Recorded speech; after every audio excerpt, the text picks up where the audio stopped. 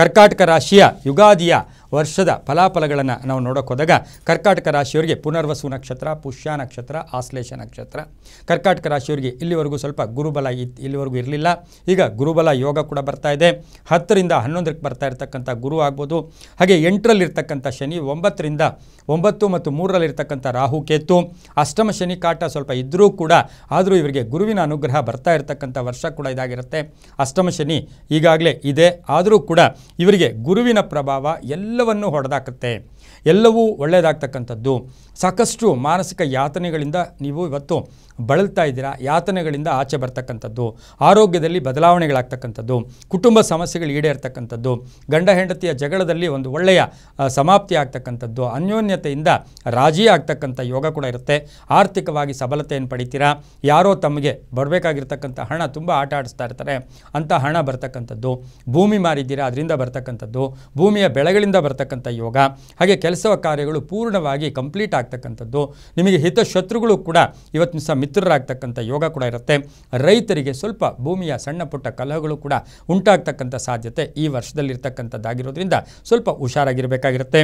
ಇನ್ನು ಬ್ಯಾಂಕ್ ಸಾಲ ತೀರಿಸ್ತೀರಾ, ಋಣಮುಕ್ತರಾಗ್ತಕ್ಕಂಥ ಸಾಧ್ಯತೆ ಕರ್ಕಾಟಕ ರಾಶಿಯವರಿಗೆ ಇರುತ್ತೆ. ಮನೆ ಕಟ್ಕೊಳ್ತಾ ಇದ್ದೀರಾ, ವಿವಾಹಕ್ಕಿರ್ಬೋದು, ವಾಹನಕ್ಕಿರ್ಬೋದು, ಹಣ ತೊಗೊಂಡಿದ್ದೀರಾ, ಬ್ಯಾಂಕ್ ಸಾಲ ಈಗಾಗಲೇ ತೀರ್ಸೋಕ್ಕಾಗ್ತಾ ಇಲ್ಲ ಅಂಥವರಿಗೆ ಋಣಮುಕ್ತರಾಗ್ತಕ್ಕಂಥ ಯೋಗ ಕೂಡ ಇರುತ್ತೆ. ಅಣ್ಣ ತಮ್ಮಂದಿರ ಜೊತೆ ಹೊಂದಾಣಿಕೆ ಇರುತ್ತೆ. ತಮ್ಮನ ಮದುವೆ ಇರ್ಬೋದು, ಅಣ್ಣನ ಮದುವೆ ಇರ್ಬೋದು, ಅಕ್ಕ ತಂಗಿಯರಿಗೆ ಸ್ವಲ್ಪ ಸಹಾಯ ಮಾಡ್ತಕ್ಕಂಥ ಯೋಗ ಕೂಡ ಇರುತ್ತೆ. ಗಂಡ ಹೆಂಡತಿಯರ ಅನ್ಯೋನ್ಯತೆ ತುಂಬ ಚೆನ್ನಾಗಿರುತ್ತೆ. ಮಕ್ಕಳಿಂದ ಶುಭ ಆಗ್ತಕ್ಕಂಥ ಯೋಗ ಕೂಡ ಇರುತ್ತೆ. ವೃತ್ತಿ ಜೀವನದಲ್ಲಿ ಪ್ರಗತಿ ಕಾಣುತ್ತೆ. ಕೆಲವರು ಊರಿನಿಂದ ಮತ್ತೊಂದು ಊರಿಗೆ ಹೋಗ್ತಕ್ಕಂಥ ಸಾಧ್ಯತೆ ಕೂಡ ಇರುತ್ತೆ. ಮಹಿಳೆಯರಿಗೆ ಉದ್ಯೋಗ ಸಿಗ್ತಕ್ಕಂಥ ಯೋಗ, ವ್ಯಾಪಾರಸ್ಥರಿಗೆ ಶುಭ ಆಗ್ತಕ್ಕಂಥ ಯೋಗ, ರಾಜಕಾರಣಿಗಳಿಗೆ ಕೀರ್ತಿ ಪ್ರತಿಷ್ಠೆಗಳು ಜಾಸ್ತಿ ಆಗ್ತಕ್ಕಂಥ ಯೋಗ ಕೂಡ ಇರುತ್ತೆ.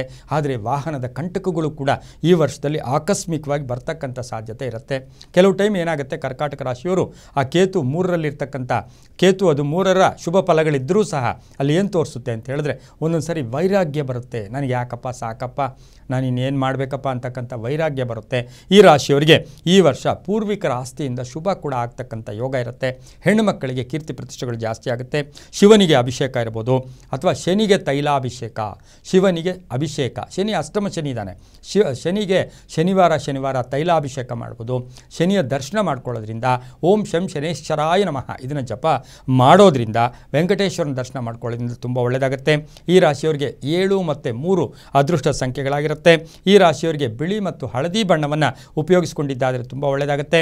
ಪಶ್ಚಿಮ ಮತ್ತು ಉತ್ತರ ದಿಕ್ಕಿನ ಪ್ರಯಾಣಗಳು ಬಹಳಷ್ಟು ಶುಭ ಆಗಿರುತ್ತೆ. ಈ ಕರ್ಕಾಟಕ ರಾಶಿಯವರು ಆಹಾರವನ್ನು ದಾನ ಕೊಡಬೇಕು, ಅನ್ನವನ್ನು ದಾನ ಕೊಡಬೇಕು. ಅನ್ನ ದಾನ ಕೊಡೋದ್ರಿಂದ ಬಹಳಷ್ಟು ವರ್ಷದಲ್ಲಿ ನೀವು ಸಾಧ್ಯವಾದಷ್ಟು ಸೋಮವಾರ ಆಗಲಿ ಒಂದು ತುತ್ತು ಅನ್ನವನ್ನು ದಾನ ಮಾಡಿ, ತುಂಬಾ ಒಳ್ಳೆಯದಾಗುತ್ತೆ.